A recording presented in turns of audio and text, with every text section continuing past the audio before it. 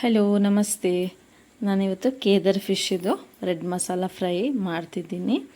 ಓಕೆನಾ. ಇದು ತುಂಬ ಸುಲಭ ಯಾವ ರೀತಿ ಮಾಡೋದು ಅಂತ ನಾನು ತಿಳಿಸ್ಕೊಡ್ತೀನಿ. ಫಸ್ಟಿಗೆ ನಾನು ಇದು ಕೇದರ್ ಫಿಶ್ನ ಈ ಥರ ಕಟ್ ಮಾಡಿ ಇಟ್ಕೊಂಡಿರ್ತೀನಿ ನೋಡಿ.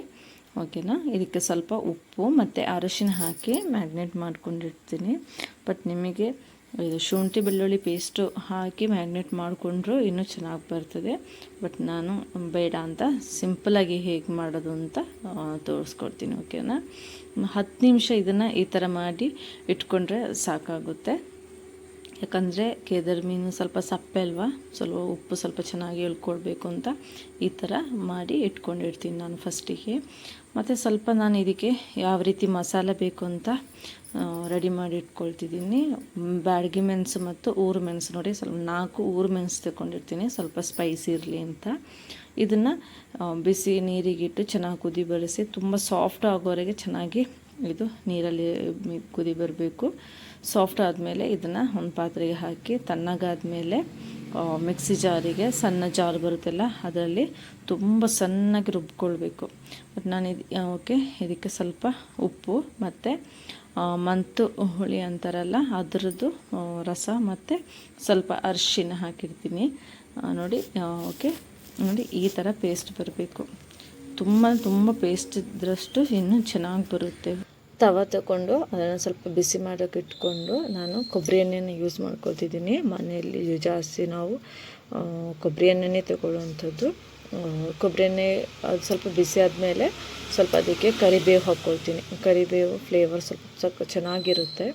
ನೆಕ್ಸ್ಟ್ ಮ್ಯಾಗ್ನೇಟ್ ಮಾಡ್ಕೊಂಡಿರೋಂತಹ ಫಿಶ್ನ ಕೂಡ ಹಾಕ್ಕೊಂಡು ಸ್ವಲ್ಪ ಬಿಸಿ ಆದರೆ ಸಾಕಾಗುತ್ತೆ. ಜಾಸ್ತಿ ಅದನ್ನು ಬೇಯಿಸೋದು ಬೇಕಾಗಿಲ್ಲ. ಯಾಕಂದರೆ ನಾವು ಮಸಾಲೆ ರೆಡಿ ಮಾಡಿಕೊಂಡಿರ್ತೀವಲ್ಲ, ಆ ಮಸಾಲೆಯಲ್ಲಿ ಜಾಸ್ತಿ ಬೇಯಿಸಿದ್ರೆ ಟೇಸ್ಟ್ ತುಂಬ ಚೆನ್ನಾಗಿರುತ್ತೆ. ಸ್ವಲ್ಪ ಹದ ಬಿಸಿ ಮಾಡಿಕೊಂಡ್ರೆ ಸಾಕಾಗುತ್ತೆ. ನೆಕ್ಸ್ಟ್ ಇದನ್ನೊಂದು ಪಾತ್ರೆಗೆ ಸಪ್ರೇಟ್ ತೆಗೆದಿಟ್ಕೊಂಡು ನೆಕ್ಸ್ಟ್ ನಾನು ಅದೇ ತವದಲ್ಲಿ ಮಸಾಲೆ ರುಬ್ಕೊಂಡಿರ್ತೀವಲ್ಲ ಅದನ್ನು ಬಿಸಿ ಮಾಡ್ಕೊಳ್ತೀನಿ. ಚೆನ್ನಾಗಿ ಸ್ವಲ್ಪ ಬಿಸಿ ಆದ ತಕ್ಷಣ ನಾನು ಸ್ವಲ್ಪ ನೀರು ಹಾಕಿ ಮಸಾಲೆನ ಸ್ವಲ್ಪ ನೀರು ಮಾಡ್ಕೊಳ್ತೀನಿ. ನೆಕ್ಸ್ಟ್ ಅದಕ್ಕೆ ತೆಂಗಿನೆಣ್ಣೆ ಕೂಡ ಹಾಕ್ಕೊಳ್ತೀನಿ. ಯಾಕಂತ ಹೇಳಿದರೆ ಅದು ತೆಂಗಿನೆಣ್ಣೆ ಸ್ವಲ್ಪ ಜಾಸ್ತಿ ಆಯಿಲ್ನ ಯೂಸ್ ಮಾಡ್ಕೊಳ್ತೀನಿ.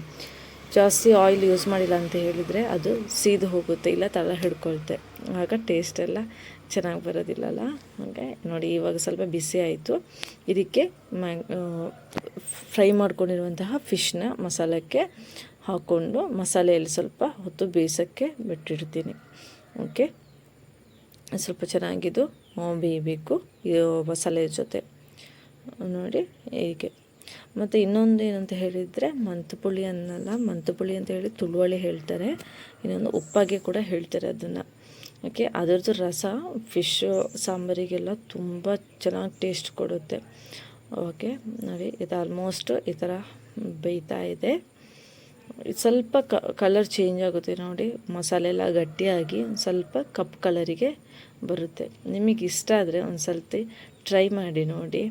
ಮತ್ತು ಲೈಕ್ ಮಾಡಿ, ಶೇರ್ ಮತ್ತು ಸಬ್ಸ್ಕ್ರೈಬ್ ಮಾಡೋದನ್ನು ಮರಿಬೇಡಿ. ಮತ್ತು ಇದಕ್ಕೆ ಸ್ವಲ್ಪ ಕೊತ್ತಂಬರಿ ಸೊಪ್ಪಿದ್ರೆ ಚೆನ್ನಾಗಿರುತ್ತೆ. ಮನೇಲಿ ಕೊತ್ತಂಬರಿ ಸೊಪ್ಪು ಇರಲಿಲ್ಲ, ಅದಕ್ಕೋಸ್ಕರ ನಾನು ಬೇವಿನ ಸೊಪ್ಪೆ ಹಾಕ್ಕೊಂಡೆ. ಬೇವಿನ ಸೊಪ್ಪು ಕೂಡ ಚೆನ್ನಾಗಿ ಫ್ಲೇವರ್ ಇರುತ್ತೆ ಅಲ್ವಾ, ಹಾಗೆ. Thank you so much.